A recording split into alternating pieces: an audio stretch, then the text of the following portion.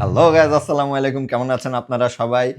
আজ আমি নিয়ে আসলাম ফ্রাইড রাইস লাভারদের জন্য নতুন একটা ফ্রাইড রাইসের সেট মেনু, যেটা কিনা পেয়ে যাবেন চিলক্স রেস্টুরেন্টে। তো দেখে নিই এখানে কি কি থাকছে।